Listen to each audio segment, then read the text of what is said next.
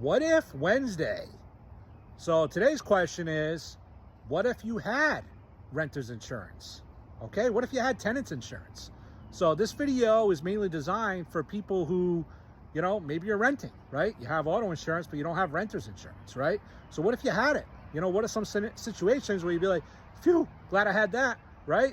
So let's talk about a couple, right? So one, let's say you're cooking, you have a little grease fire, boom, stuff catches on fire, causes a little bit of fire damage, but let's say there's a sprinkler system, right? And the sprinkler, all the water comes down to put out the fire, and the water damage is what's going to cause havoc throughout the place. And it could be your apartment, maybe it's in a building, maybe you ruin $5,000 of your stuff, $4,000, let's say, of your stuff gets ruined, and then you cause $17,000, across the building with other people's stuff, right? It was your mistake, one little mistake, but if you had insurance, it might only cost you $500, right?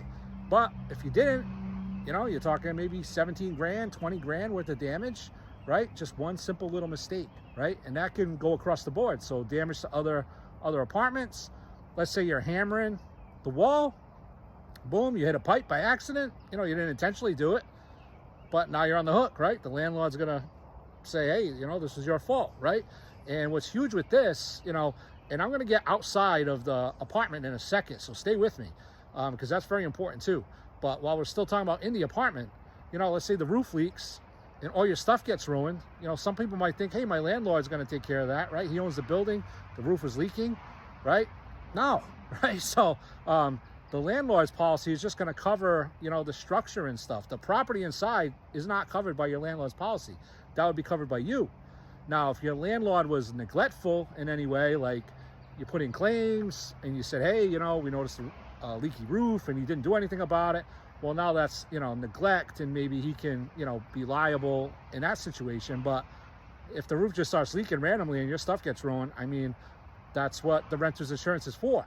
But real quick, before we wrap this video up, because there's a whole lot of scenarios, so many that I'd love to get into. So I'm going to send a newsletter out to those of you on my email list, because it's cool to look at all these and realize, oh, wow, I wasn't even thinking of that whole scenario. So hopefully you're on my email list, you'll get that. But let's talk about outside of the renter's home, right? So outside your apartment, whatever you're renting, that goes with you, right?